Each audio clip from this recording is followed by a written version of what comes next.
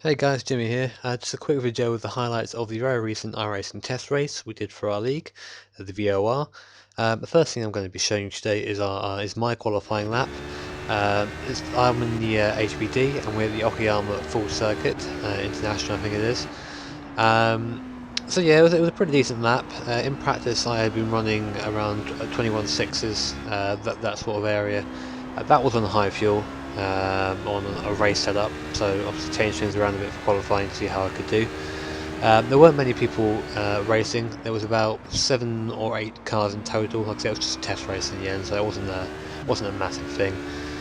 In my class, there were I believe 4 cars, and the rest were Corvettes and McLarens. So not a great turnout, but you know it is only a test.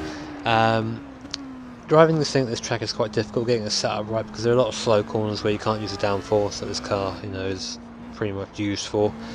I found when practicing in this circuit, you have to go a lot faster than you think the car could go.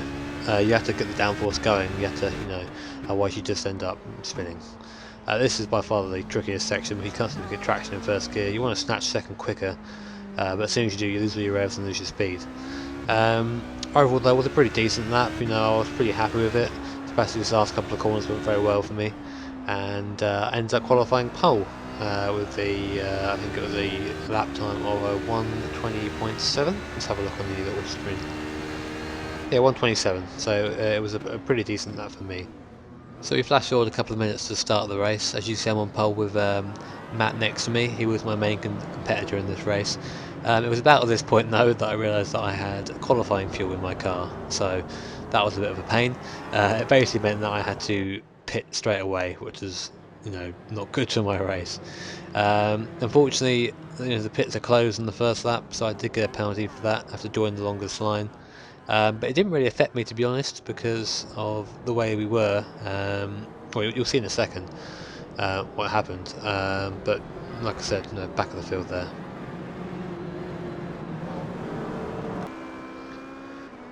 So here I am trying to catch up, and a caution is thrown. This is a test race, so we are testing the features of iRacing here. Jimmy, the admin, not to be confused with me, threw a caution, which basically put all the pack back together again and put me back into the race. So pretty happy with that. Good luck for me, really.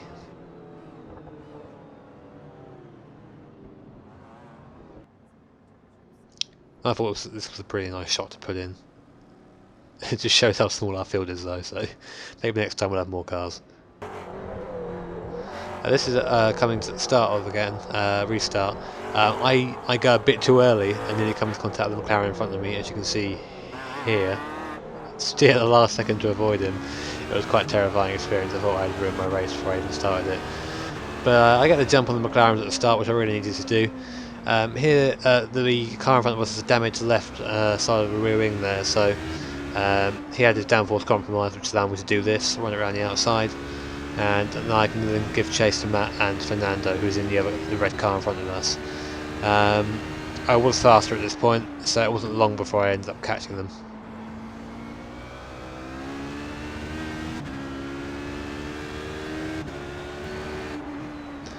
So as you can see, we've caught out of them now, but I encountered a problem, as well as a bit of understeer there.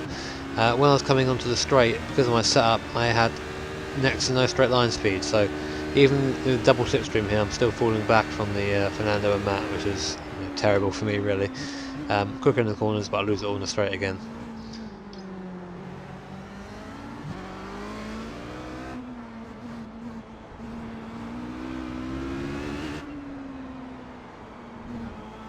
You can really see how close I was getting to Fernando at this point, but there's no question I was being held up.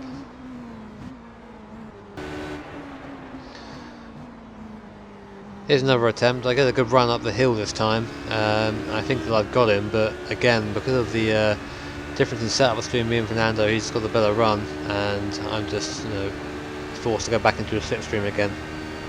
Very frustrating. So here's my first overtake attempt on Fernando. I get close enough. Well, I don't really get close enough. I get a bit overexcited and try and put it up the inside. Now, at the time, I'm like, I'm left him blinded, thinking it's his fault. But if you have a look from the aerial view, I go into a room that isn't there, so that was my fault there, and I apologise to Fernando for that.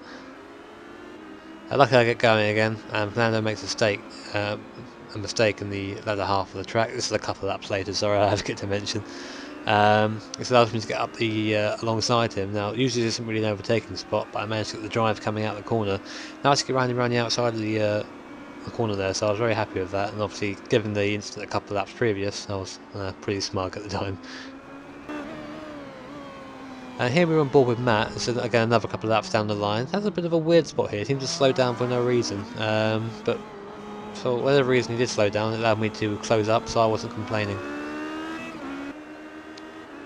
I get a run now on the straight. Matt having a different setup with Fernando allows me to get alongside him. He's a bit slower on the straight lines. I get ahead of him for a second, but I brake quite early, which allows him to get back around the outside of me. Here we run into one of the McLarens, which proved quite interesting, because neither me or Matt could get past him. There's the Noel there on the left in the Corvette, spinning for the fourth or fifth time. He wasn't having very much fun in that. There was a bit of contact there between me and Matt, but it wasn't too bad. I look up the brakes there and scare him a little bit into the corner, so he goes a bit wider. But you can see really the massive speed difference between us and the McLarens here, and there's just really nowhere to overtake. In the slower corners, our downforce isn't working, so we can't really get alongside them. Here, Matt has a rather shallow entry into the corner trying to overtake the McLaren. I get a wider one, which allows me to get a lot of a better exit. See the closing speed here, and I just drive past him, which for me obviously was good because it's the lead of the race, so I was happy at this point. Of course though, when you're in the lead you always try and extend that lead, and here I am here with Matt about 3 seconds behind me, trying to use as much track as possible, use a bit too much track and just put it round. I'm very lucky not to put it in the wall here, not quite sure how I got away with that. So Matt goes past, and as I turn it around, Fernando goes past as well.